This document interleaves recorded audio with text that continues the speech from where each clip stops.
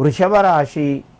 ఈ రాశివారు ధనపరంగా కొన్ని జాగ్రత్తలు పాటించాలి. ఖర్చులు కూడా పెరిగే అవకాశాలు ఉన్నాయి.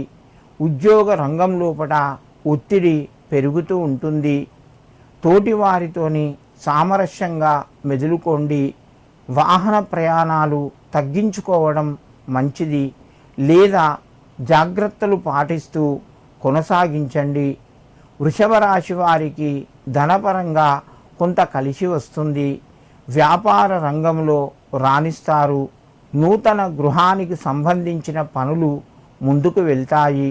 వృషభ రాశి వారు ఈరోజు శ్రీరామ దూతాయ నమః అని చెప్పి 21 సార్లు చదువుకొని ఆంజనేయ స్వామికి నమస్కరించి మీ పనులు ప్రారంభించండి.